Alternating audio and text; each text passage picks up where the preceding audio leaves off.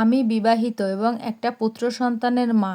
শাশুড়ি আর ননদের জন্য আমার জীবন অতিষ্ঠ হয়ে গেছে। ননদের কথায় শাশুড়িসহ সবাই উঠে বসে। আমার বিবাহিত ৬ বছরের নিজের সংসার কী জিনিস এখন পর্যন্ত জানি না। বিয়েটা পারিবারিকভাবে হয়েছিল, যদিও বা দিনগুলো এমনভাবে কেটেছে মনে হয়েছে আমি পালিয়ে বিয়ে করেছি। সম্মান কী জিনিস তা আমি এবং আমার পরিবার আদৌ পাইনি স্বামীর পরিবারের মানুষের কাছ থেকে। যৌতুকলোভী পরিবার ও বলা যেতে পারে তাদের, কারণ সমস্যাটা শুরু তাদের চাহিদা মতো উপঢৌকন কেন বাবার বাড়ি থেকে দেয়নি।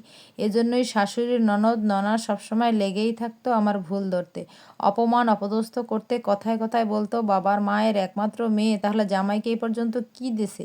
অমুকের শ্বশুরবাড়ি থেকে এটা আনছে ওটা আনছে, কপাল খারাপ আমাদেরই, এক ফকিন্নি ঘরে এনেছি কিছুই দেয় না।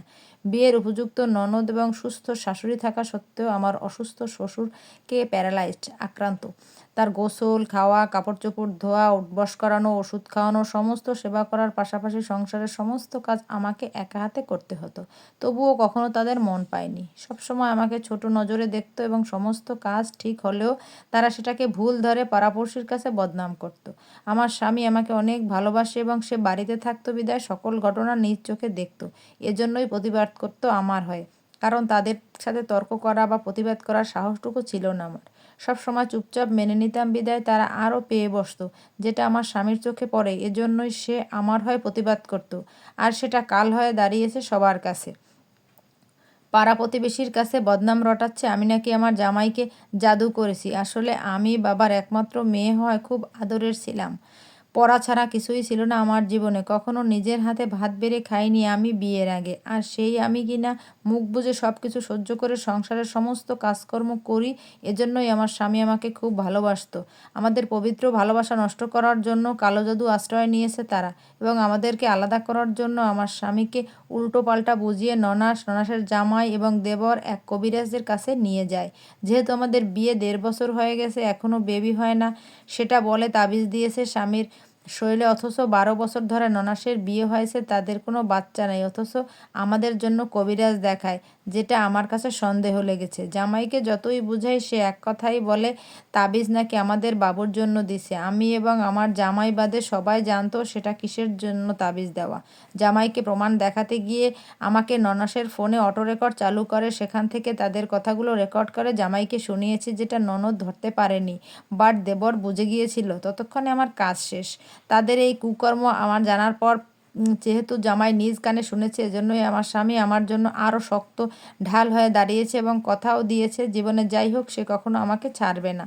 তার এই ভরসা এবং ভালোবাসার কাছে আমার সমস্ত কষ্ট দূর হয়ে যেত তার সান্নিধ্য পেয়ে। দিন দিন শাশুড়ি আর ননদের অত্যাচার বেড়েই চলছে। সংসারের কোনো কাজ ভাগ করে না, কিন্তু খাওয়ার ক্ষেত্রে সমান ভাগ।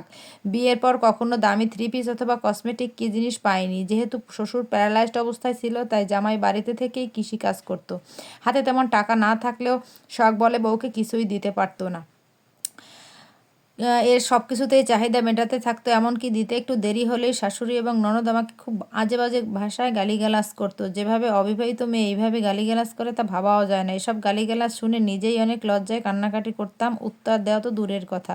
শাশুড়ি সবসময় আমার ব্যাগ বিছানার নিচ চেক করতো, না জানি তার ছেলে বউকে কিনে কী দিল। প্রাইভেসি বলতে কিছুই ছিল না। আমরা স্বামী স্ত্রী একসাথে হলেই রুমের চারপাশে ঘুরঘুর করতো, কী বলি কী করি এগুলো দেখার জন্য। কিছু চোখে পড়লেই মানুষকে বলে বেড়াতো।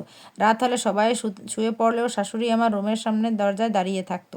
দরজা একটু ফুটো থাকায় বাহির থেকে সব দেখতো এবং শুনতে পেত, যা আমরা কিছুই জানতাম না। পাশের ঘরের চাচাতো শাশুড়ি এবং জায়ের কাছ থেকে শোনার পর একদিন হাতে নাতে ধরেছি, তবুও তার অভ্যাস বদলায়নি। আসলে লজ্জা শরম না থাকলে যা হয় আর কি। ওদের নির্লজ্জতা, মিথ্যাচার, অপবাদ, অবহেলায় অতিষ্ঠ হয়ে যখন কিছু কিছু প্রতিবাদ করি, তখনই 2 দিনের মাথায় ননদের মার খেয়েছি, যা সঠিক এখনো বিচার পায়নি।